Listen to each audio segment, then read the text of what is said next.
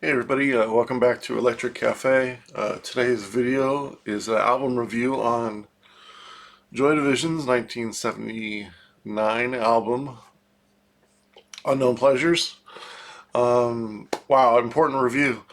It's strange sometimes when I do certain reviews that of certain albums or certain bands that it's hard to critique song by song, or parts of the song, or mention what I like and what I don't like about certain songs. They just flow and for the good or the bad, and it sort of changes the way that I do. I feel like I want to do a review, and I think this is like a perfect example, like where I feel like doing an overall review. I think it'd be kind of silly just to kind of mention the same things that I like or maybe don't like about every song, since most of the songs sort of have those things. You know what I mean? Like, so if there's nothing really that sticks out that I really like or I dislike or that I want to point out, or just something that kind of draws my attention, this is kind of an album like that where I just kind of feel like talking about the overall influence in it influence of the album and my thoughts on it, and then I'll rate the songs really quickly, and then at the end rate the album. But this album is is obviously a classic in many ways. Um, just kind of looking at my notes, I listened to this a couple days ago, and it wasn't necessarily on my plan of things to review, but I was just like, well, I've done a New Order. Actually, I've done two New Order albums now, and I haven't done a Joy Division album. Let me get in a Joy Division album, and I figured I might as well start at the first one, since there's not too many Joy Division albums.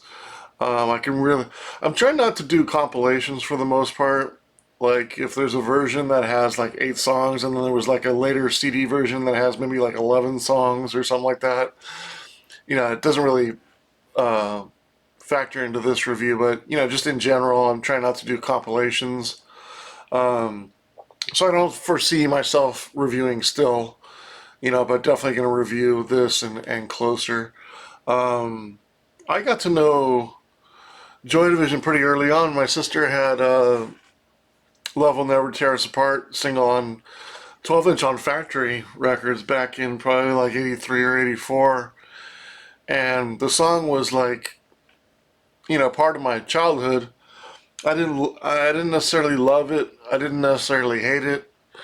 I probably as a kid I didn't really understand the the impact it had, especially it being an overseas song. I never heard it on the radio in the 80s, that's for sure.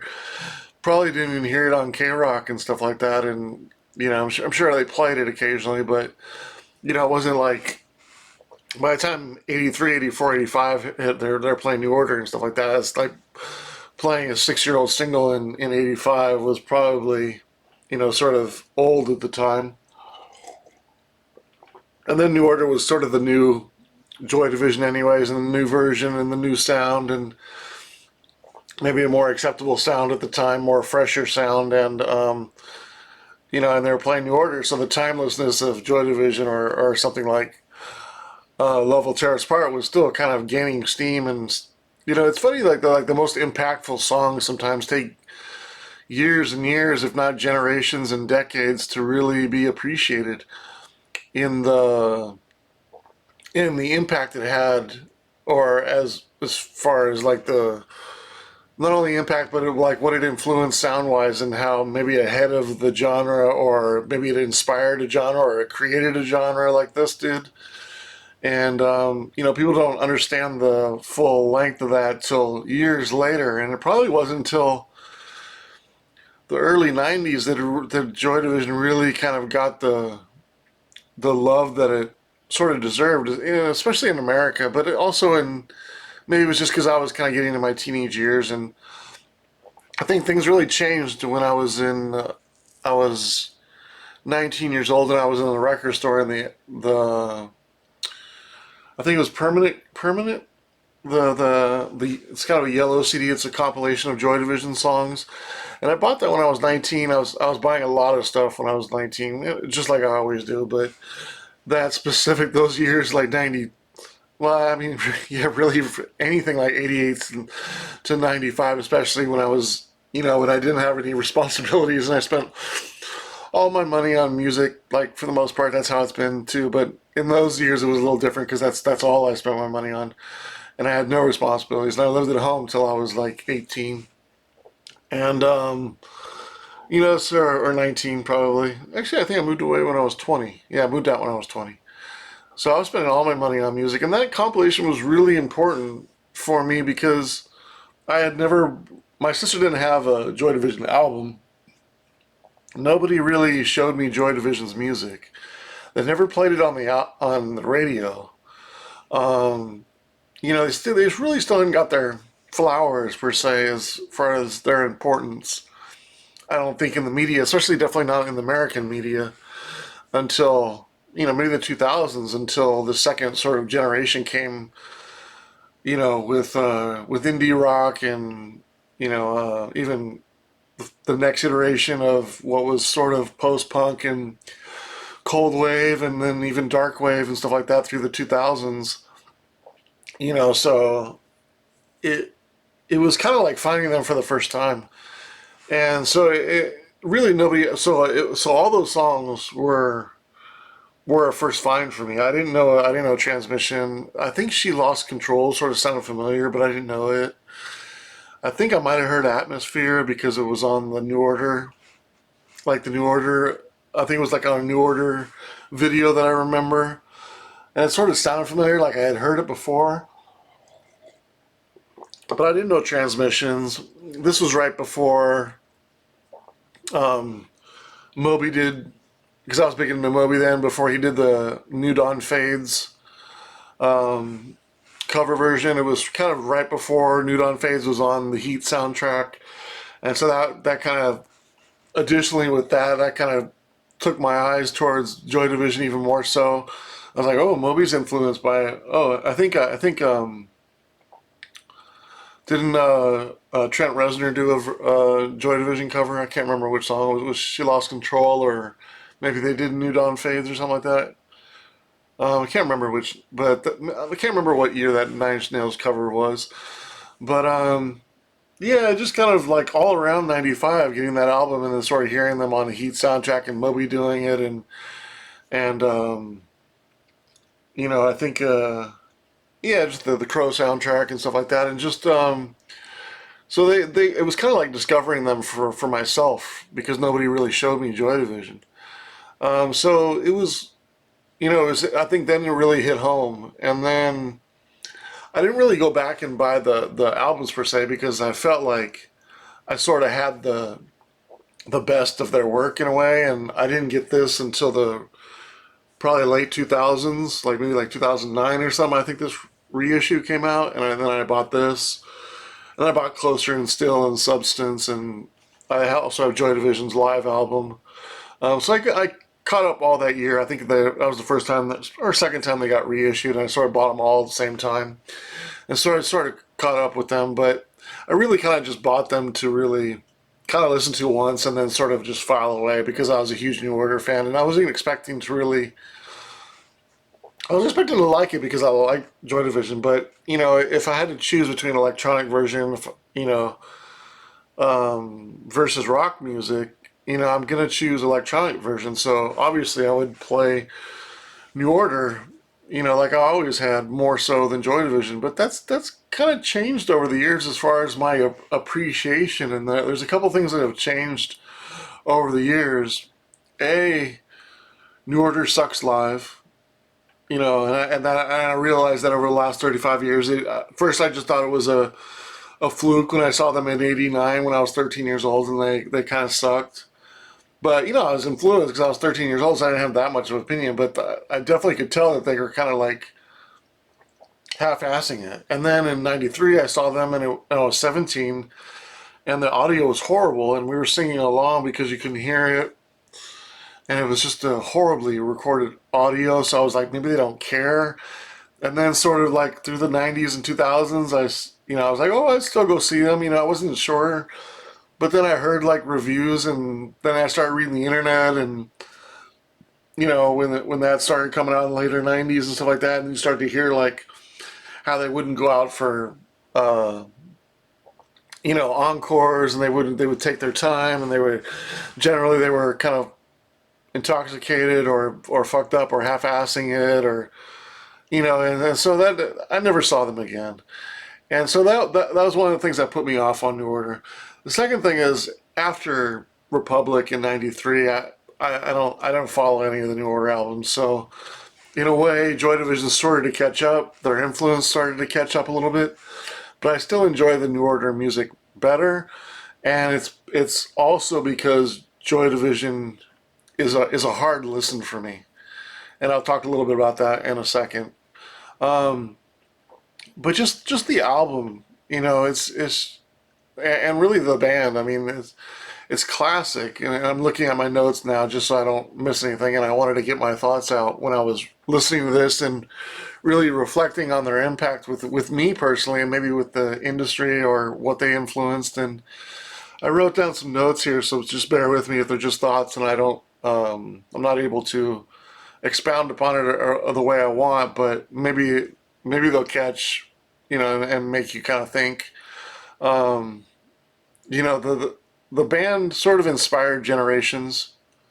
I mean that's kind of obvious, but I mean really, not only are they post punk, but they're sort of the sound of cold wave. I mean, there's been so many bands that over the last 25, 30 years, maybe even more, that have kind of mimicked their sound. Like I listen to like Thieves Like Us, Belong, um, New Division,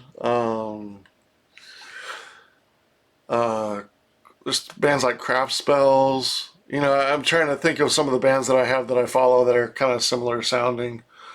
Um, I'm blanking on some big ones, but it's just even Trust, TRST. Um, there's even the sort of synthwave, and I wouldn't even say vaporwave, but synthwave, synth pop, cold wave, dark wave, especially cold wave has really kind of taken that sound, and there's just so many bands that have sort of mimicked that sound.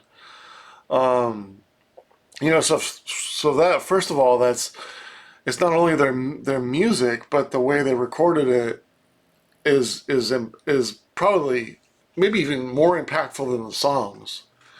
In a way, because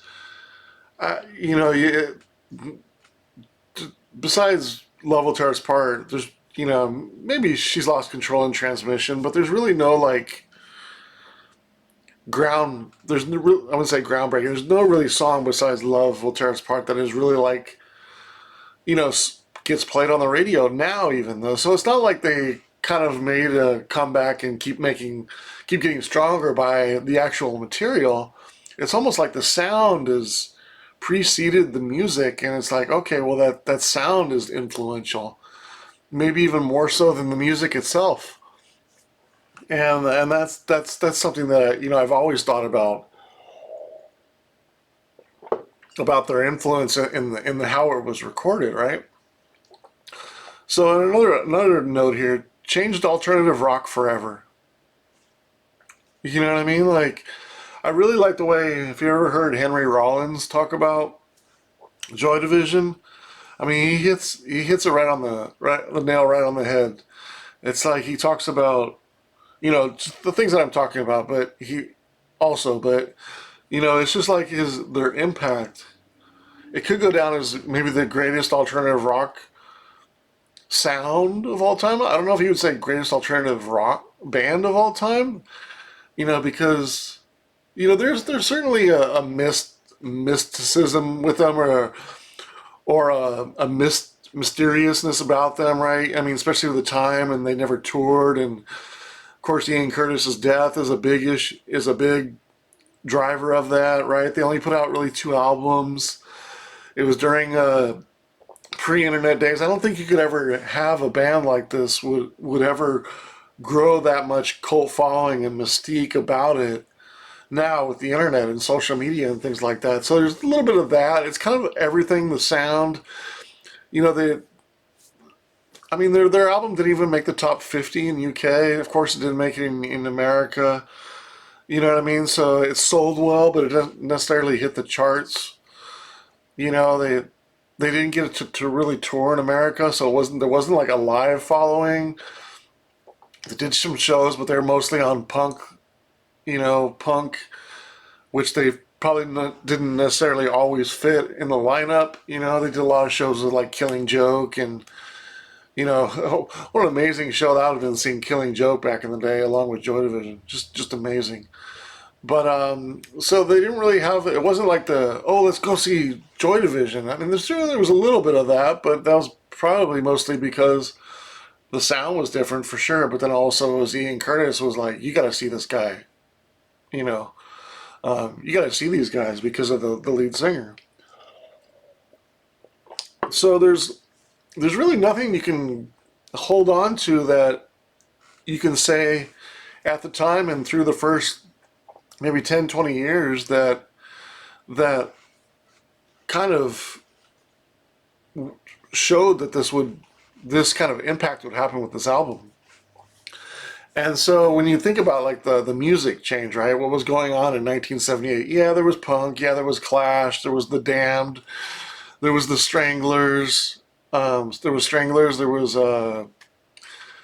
you know, blanking on one of the other big names. Um, Anyways, of course, Sex Pistols. You know, there was that punk sound in 76, 77, 78. You know, disco was huge. Soft rock was huge in America. You know what I mean?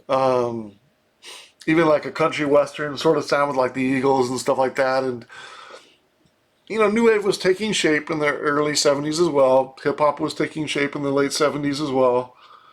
You know, glam, things like that. But so there's a lot of different genres that took off in the late 70s and really kind of, and there's a lot of reasons for that. You know, the I mean the climate, economics, the world at the time, verging on World War III. Sometimes out of misery and despair comes the greatest art, right? So you think of like the blues in the 20s and 30s and 40s, right? Probably inspired blues like the times, the Depression and things like that, right? Like in the late 70s, Cold World War, you know, you think of like UK in the late 70s, especially like, I mean, there wasn't really that hope. I'm talking about this from what I have read about and what I feel was happening in the late 70s in UK. I mean, a lot of their a lot of their parents growing up worked in mines and factories, right? And it was very 70s was very an industrial generation for UK, but also for most of America, or I mean some of America. It was agriculture in the middle, but you think about Pittsburgh and the steel company in the 70s and New York in the 70s, very, very industrial and very, I wouldn't say dirty, but you know what I mean? It's just, there wasn't a lot of hope for all these kids growing up, and they found that in music. They don't want to go work in a mine like their parents or work in a factory. There wasn't that much hope. So they really gravitated towards this music and it was exciting. And look what came out of it. Not only their careers and stuff like that, but the music kind of took that generation into the 80s. And I think for the most part, it made it a positive generation. There's a lot of like wars and things like that, and it happened in the 80s and different stuff. But I think that's what people look forward. They think fondly about in the 80s, is because of the getting out of the 70s and punk kind of got them through that, and then post punk, and I think that allowed for the music and those people to really have the luxury to write not necessarily happier music, but I mean, New Order was kind of a it showed like I mean, you went from dark clubs playing, sort of punk, post punk, and then you're 6 years later you're playing the hacienda in a dance club. You know what I mean? Like everything's okay in the world, but the same escape to punk music is the same escape for kids in a dance club, at a rave or something like that. It's kind of the same thing, but it is happier, I would suppose. I mean, it's a different refuge. It's different, but it's kind of similar in a lot of ways. So they changed that landscape forever. They're a part of that change, and possibly the biggest change. To take that kind of sound and to push it through to the next generation. Most of the other punk bands, especially in UK, like I mean, you think of Sex Pistols went away and sort of became PL, and PIL still stayed around and was influential, but they added keyboards and kind of changed their sound, right? They weren't punk. You think of like the Damned and Stranglers had some success, but sort of petered out. I mean, in a way, New Order, Joy Division had to reinvent itself, and it's sad that they reinvented themselves through the passing of Ian Curtis. But in some strange way, it was almost felt like it was meant to be, and that was sort of not really meant to be for him to pass, but meant for them, whatever kind of caused them to change, and for them to move on through that period. You can't really picture Ian Curtis singing on Joy Division, can you? I mean, I guess you could, but it'd still be a lot darker sound, I would think. So what would have happened to Joy Division? Have they just broken up and petered out instead? You know what I mean? It sounds like they would have carried on if Ian Curtis was well. So I mean, everybody else carried on with New Order and through the '80s and stuff like that. And I think even more so with Ian Curtis there, the band wouldn't have been as fractured as it was through the '90s, because it was just Bernard and Peter Hook always squabbling with each other, and then leading up through the early '90s where they just sort of hated each other and barely even wrote together or even played together, let alone wanting to be on stage with each other. Um, it also changed the idea of what rock music could be, and I just have a question mark on that.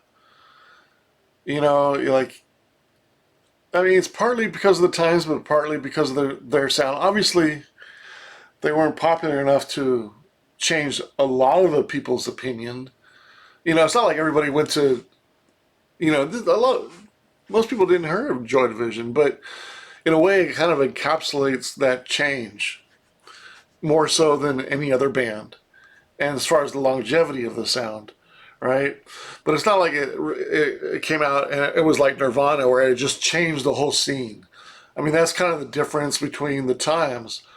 If there was something that came out in the last 10 years since social media was out, you would see a change like that. Nothing's ever happened like that except for Nirvana. And Joy Division could get that credit, but they weren't popular, so they couldn't have got that credit, right? But in a way, they did. It just sort of took time, right? I mean, they're the ones that you can kind of point at and say, like, this is the new style of alternative music. This is what rock music can be. It doesn't have to be, all in your face and big rock bands and big solos and big guitars and big hair. And there was like Velvet Underground and some bands like Iron Butterfly, or even Black Sabbath, that were darker, but not to the extent that these guys were, as far as like their appearance. They're really the poster for post punk. I mean, that's kind of obvious. But also, it changed the way that I wrote this. Also, it changed the way artists wanted to be represented, from their sound to their attitude to their look to their album art. Right? I mean, this is a band that nobody knew what they really looked like, and that kind of set the precedence for them to do that with New Order. And really all, I mean, there's in the '70s there was a lot of artwork that was. Sorry, my fan's turning on my computer sometimes when it gets hot.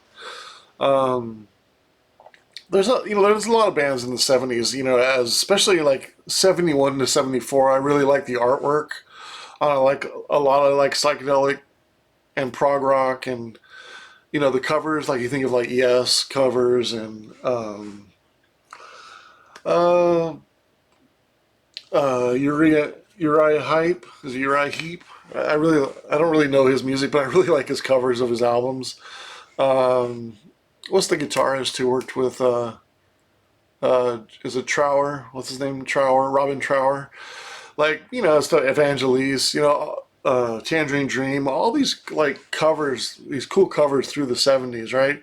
Were very you know image over. I mean, artwork and symbols started over the image of people's of their look, right? I mean, so that kind of had been going on, but not to the extent that this one did.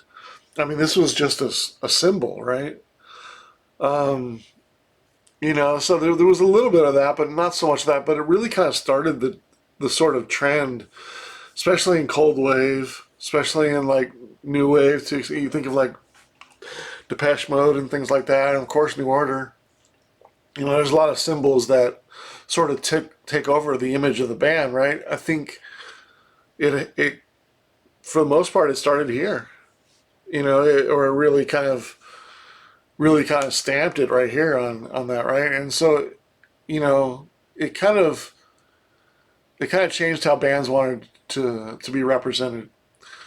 Um, Another thought I had was, in some ways, it was a higher rebellion to punk music, to be different. Like, Joy Division, obviously they weren't punk, but in a strange way, I felt like they wanted to be a band, right? They obviously want to be musicians. They want to be in band. They love music, right?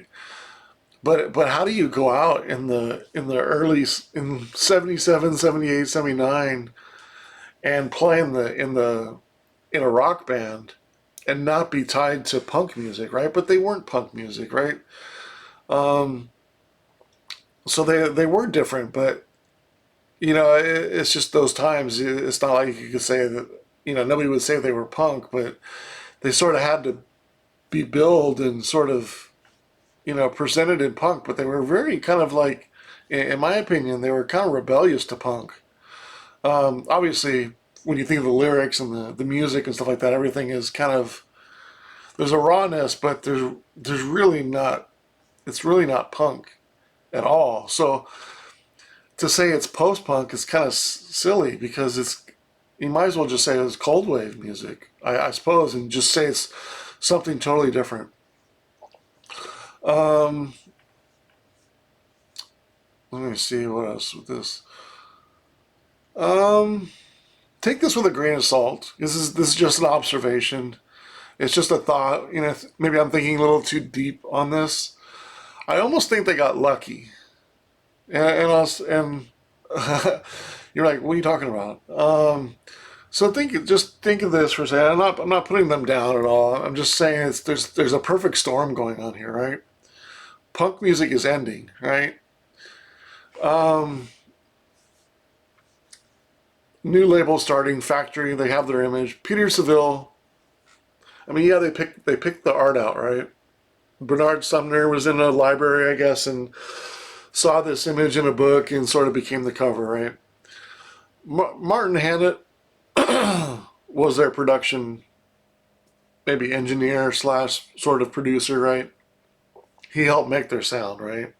As far as being on the album, right? Peter Seville made their image, right? Factory Records kind of supported their image, right? Also being on some great other bands, right? If these guys would have been on like London Records or Parlophone or something like that, it would have been awkward, right? It makes sense for them to be on a new fledging underground label that turned out to be amazing, right? And totally went in line with what they wanted to do and how they were represented. Punk music's dying, right? Ian Curtis passes away, unfortunately. Lended to the mysticism, the mystery of the band, right?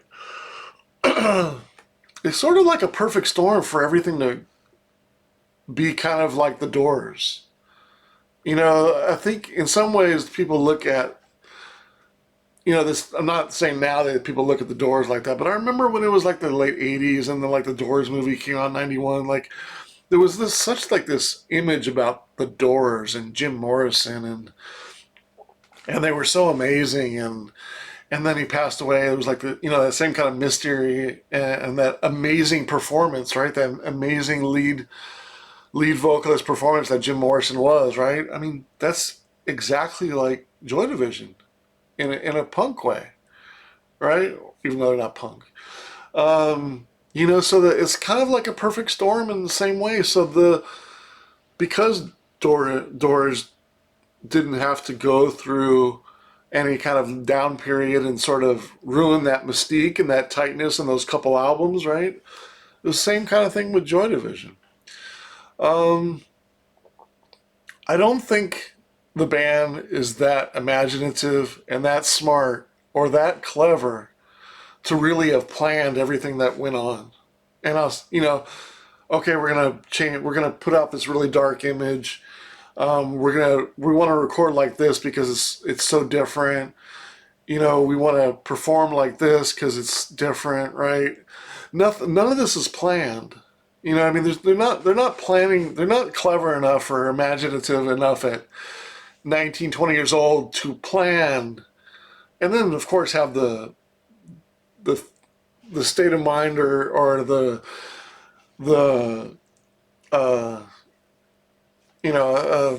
looking forward to see in the future I can't think of the word, but to see in the future 30, 40 years, 50 years later that you would foresee how your band would be seen, right? I mean, they didn't have that, right? So it's impossible to do that. You know what I mean? But everything kind of that's what happened. So it's kind of like a perfect storm. They didn't plan any of these things. It just happened, right? And that's kind of the beauty of it. But it's not. But it's kind of like so perfect because it was so short lived that it's kind of encapsulated like the perfect sound, the perfect, and then you sort of, as generations go on, more and more didn't see it happen, right?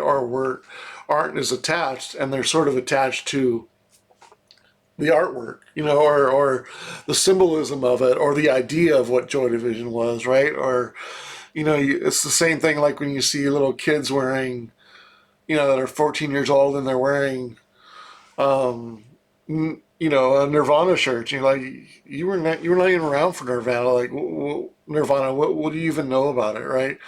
So then they become like a symbol, right? Like the Doors were, right? Or the Beatles or something like that, right? It's just kind of become like the symbol for that sound or the symbol for that genre, or So it's all a perfect storm. They didn't plan any of this, of course, and that's kind of the beauty of it. But it's also like they're kind of lucky, that all these kind of perfect things happened. That all these bands were doing punk and they sort of did this sound, and it was like, whoa, this is so different, right?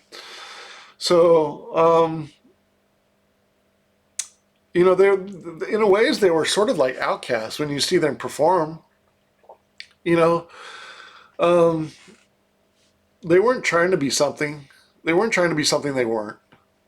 You know, that's kind of obvious, but they weren't trying to be. Excuse me. They weren't trying to be something they weren't. That's kind of obvious, but you know, out of that sound, driven by the collective, but accepted as different because of Ian Curtis, the stage president, performing.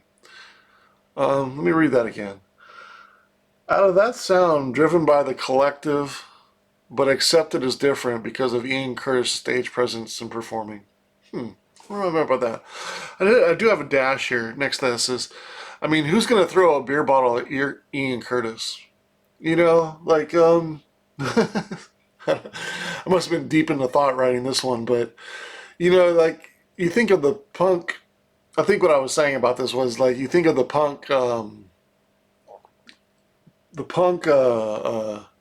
sort of concert, right? And it can get really aggressive, and people are starting to throw stuff, and you know, because you're so different. Early on in Joy Division, they were I wouldn't say they were not accepted or they were booed, but they weren't the usual uh, punk band, and they're on other, you know, their opener. Any opener that's opening for a larger punk band is gonna get some heat, you know. But who's gonna throw a bottle at Ian Curtis? You know what I mean? So like, in a strange twist of fate, Ian Curtis's performance, for what it was, allowed the band to be heard live. If Ian Curtis wasn't so passionate and the way he performed on stage, and he was just, but it sounded like as it was, maybe just not as aggressive or dancing around or what have you, they could have easily been booed off.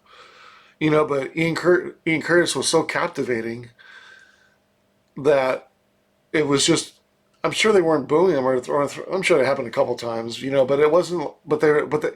What I'm saying is, it got them the chance to be heard, and because they were heard through a few songs in a set, then that, you know, people started to like them more. Um, you know, again, they were just young and wanted to play in a band. You know, Martin and Factory, along with Peter Saville, made their aesthetic. Again, it was like a perfect storm, perfect time on many levels. You know, everybody was looking for a different sound. What's going to be the new sound? You know, there's punk's happening, yeah, but it's, you know, where's it going? You know, Joy Division. Um, Joy Division. Here's my opinion on Joy Division now as a fan listening. Um, Joy Division is a hard listen for me. There's not too many bands that I can say this about. Um, you know, there's it's hard for me to listen to Bauhaus because it's so heavy.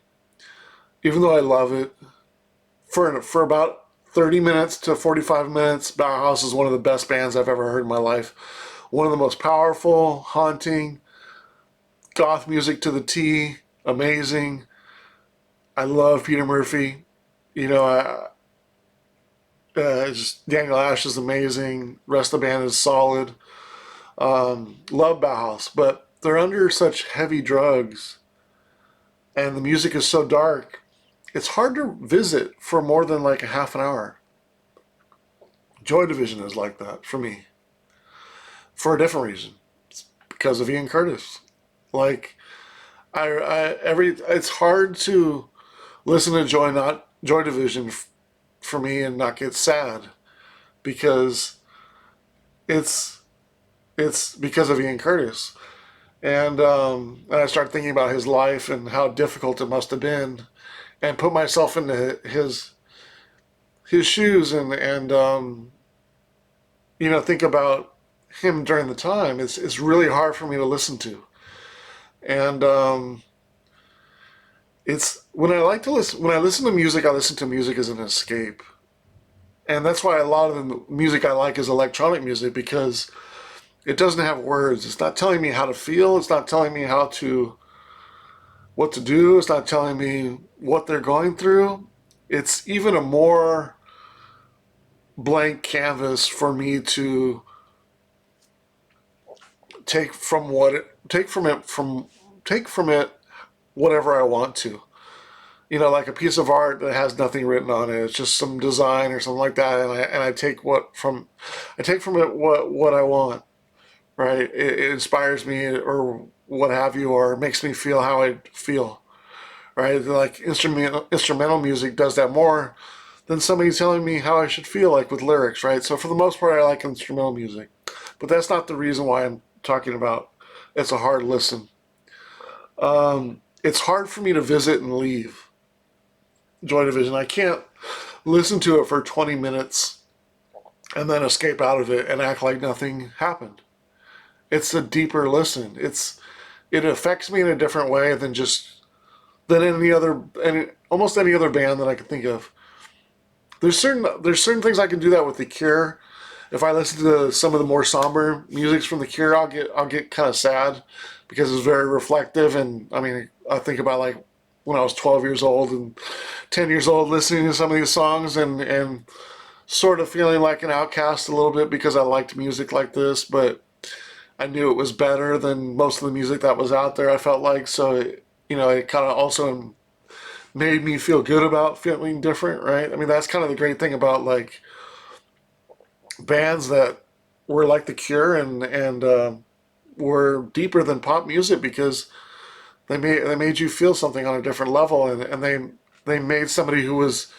I don't think I was awkward at all. I was tall, blue eyes, brown hair, kind of the typical California guy into sports, pretty athletic, like cars, girls, stuff like that.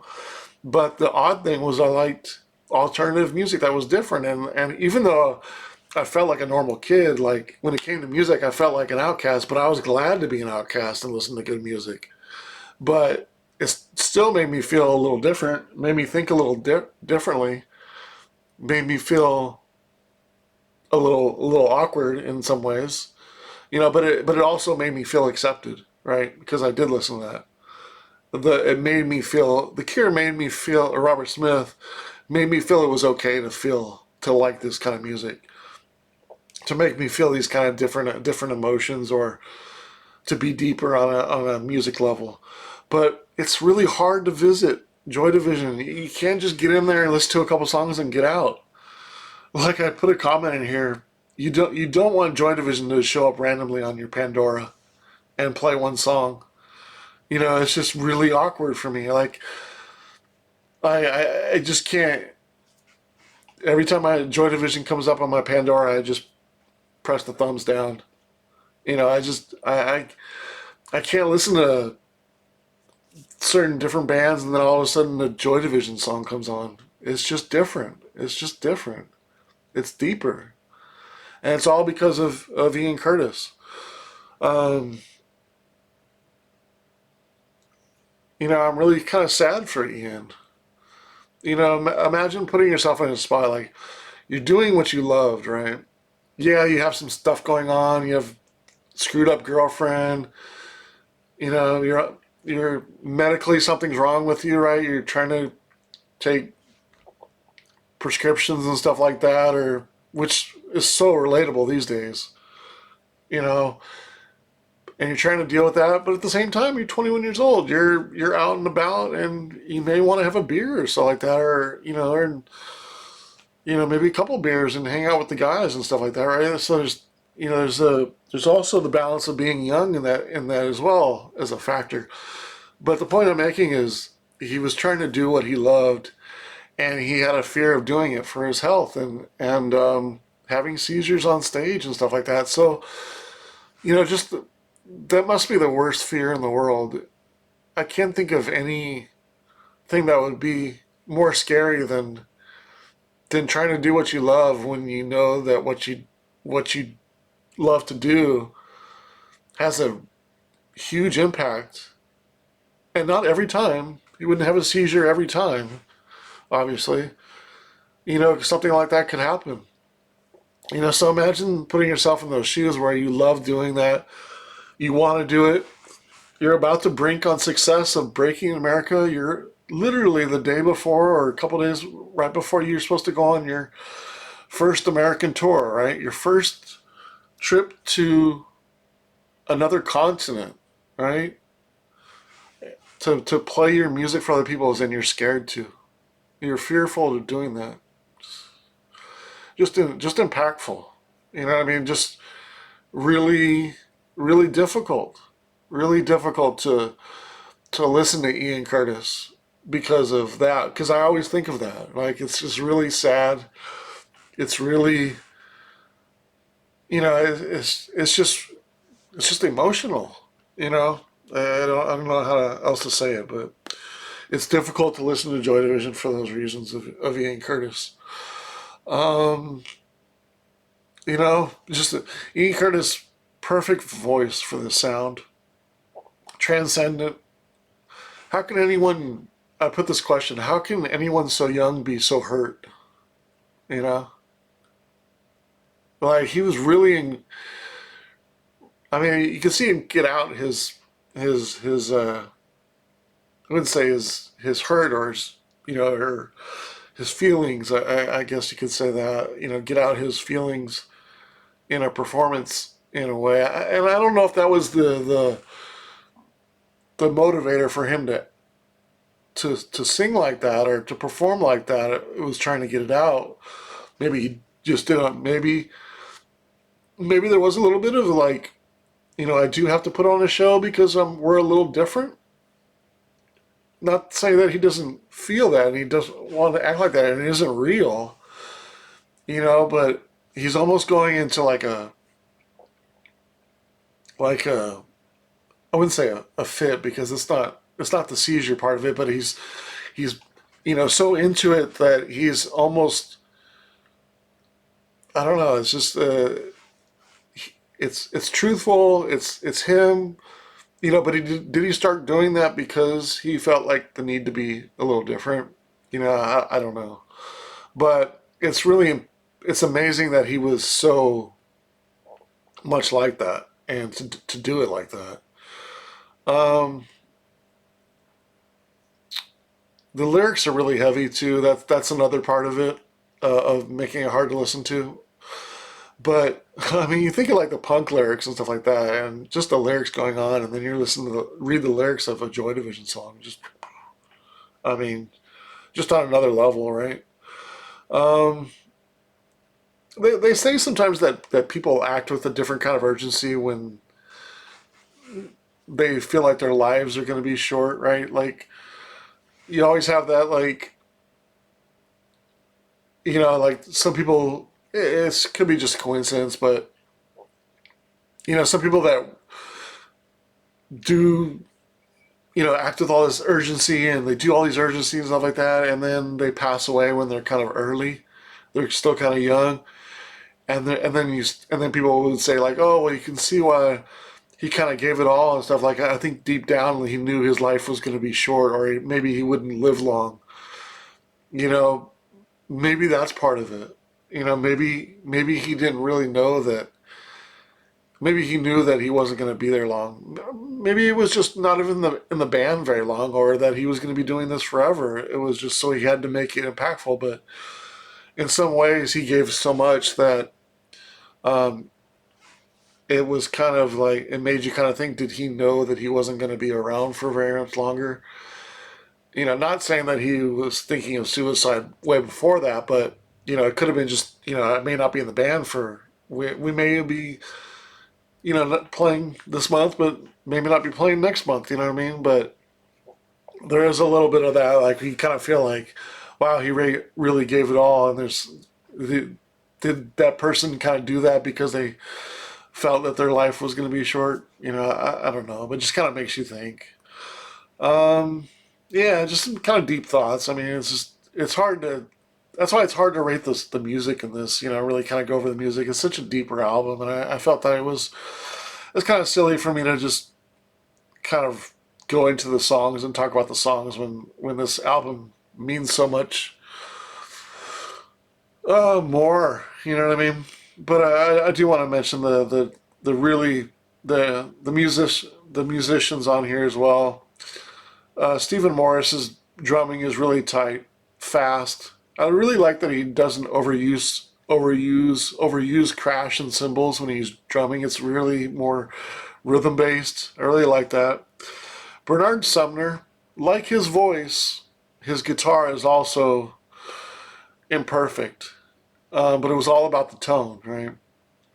There's sometimes where he plays the wrong note, or it's kind of like I wouldn't even say like a wrong note, but maybe the ring of the resonance of the guitar sound sort of rings out differently, or just the imperfections of how he plays sort of makes makes the album more perfect. Hooks, Peter Hook's fast, kind of deep notes, bass notes, raw sound, amazing also. They all fit perfectly with Ian Curtis's voice. There's also some really nice post production things and engineering things that Martin did. You know, certain sounds like there's a drum machine on one track. I think it's I don't know if it's I can't remember if it's Shadow Play. It sort of has the the beat to it. It sounds like a little bit of a some kind of drum machine, early drum machine. But also there's a few songs that sort of have effects. The echo, obviously the atmosphere. The atmosphere and disorder, for example, is really cool. Um, the rhythmic element in the track Insight's really cool. The vocal effects on She's Lost Control. Some of the mic member of the band placement is really cool. It doesn't sound like a garage band. It sounds like people are in different rooms playing. Like if one guitar player is like Bernard Sumner sort of in this room and the drummer's in that room, right? Everything has such a spatial sound individually, but also there's a distance between them that also creates a different kind of depth. So there's kind of a spatial sound and a depth. And I think that's because of some of the mic placement and some of the ways they recorded it, combination of some of the effects, and I think also like the rooms that they play it in possibly. I don't know where they recorded it at, but it kind of feels like some of these rooms are not necessarily a little colder, but maybe a little bit bigger, maybe not the sound dampening that would be ideal for rock music. I don't know if it was purposely done like that, but you can see from the end result that there was definitely a vision to make it sound a lot more not cold. I would sound because it doesn't. The album doesn't sound cold. It just it sounds stark. Doesn't sound cold. It doesn't sound like they're playing out in the snow or in Iceland or something like that. It sounds like they're playing in some. I wouldn't even say warehouse. Just sounds or an empty warehouse because there's smaller rooms. It's kind of like an empty factory, kind of playing like that, but in smaller rooms. Um, that's a lot of the good right there. I did rate the tracks. Disorder 3 3/4 stars. Day of the Lords 4 stars. Candidate 3 stars. Insight 3 3/4 stars. New Dawn Fades, one of my favorites, 4.5 stars. She's Lost Control, 4 1/4 stars. Shadow Play, amazing, 5 stars. That fade in, the guitar riff, the guitar solo, 5 stars. Shadow Play, amazing. Wilderness, 3 stars. Inner Zone, 3 stars. I Remember Nothing, 3.5 stars. That adds up to a 3.97 stars per average on the song. So right in the high 80s. So a classic of the genre for sure. I gave it a few extra points. It's an all-time classic. I put it in the 90s. It was in the high 80s even without that. I pushed it into a 91 out of 100. Amazing album. When I think of the opportunities on the album, nothing. Nothing. Nothing could be better. And I'm not saying I would put this in my top 20 albums of all time because I'm generally a I wouldn't say this album is depressing for me. I won't go to that extent. I respect the art of it. I respect the music. I respect the artwork. I respect the band. I respect everything. But I tend to like happier music. I tend to like escaping to an album that makes me feel good, makes me feel different, makes me introspective, which this does. But I don't necessarily revisit Joy Division music often because of the rawness, and that's why I really gravitated still towards the greatest hits out. And it's not even a greatest hits; it's just a compilation of sort of their best work. That feels like that kind of takes the songs out of the element, right? And sort of it's a little bit more polished. It's on CD. It's I don't know if they remastered it for that album because it came out in '95, but I'm sure they touched it up a little bit. But it's just a lot more safe sounding. This is a lot more raw, like listening to the album, especially with the other deeper tracks on there. It's a heavy listen. It's a heavy album to go to.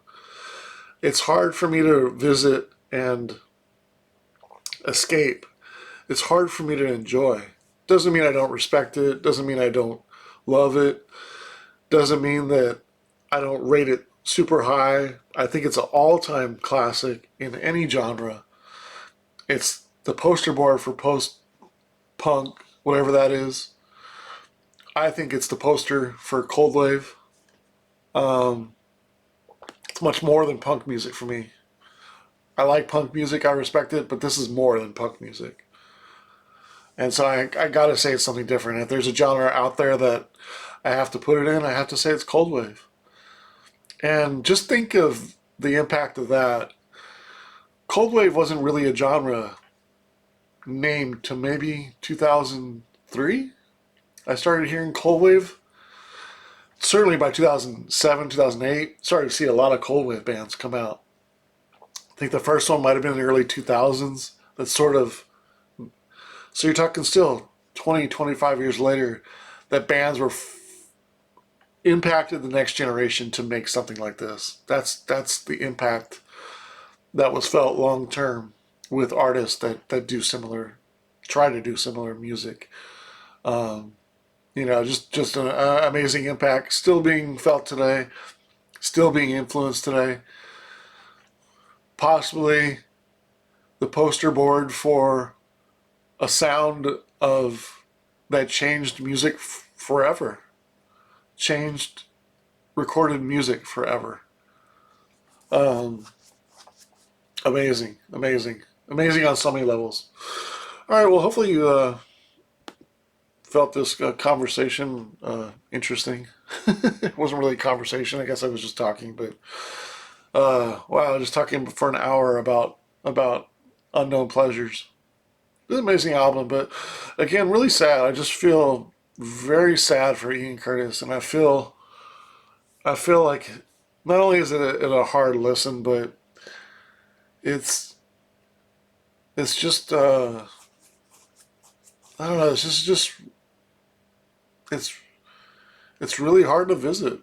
It's really hard. I was kind of stumped for words on how it makes me feel really, but hope you guys took something from this. Just if you guys have any opinions on what I'm talking about or have anything to add, or I'd be curious to hear your thoughts about listening to Joy Division music, or the impact of it, or the classification of it, or anything about Joy Division that's really on your mind about this album, or their legacy, or their sound. I'd be curious to hear your thoughts. All right, thanks so much.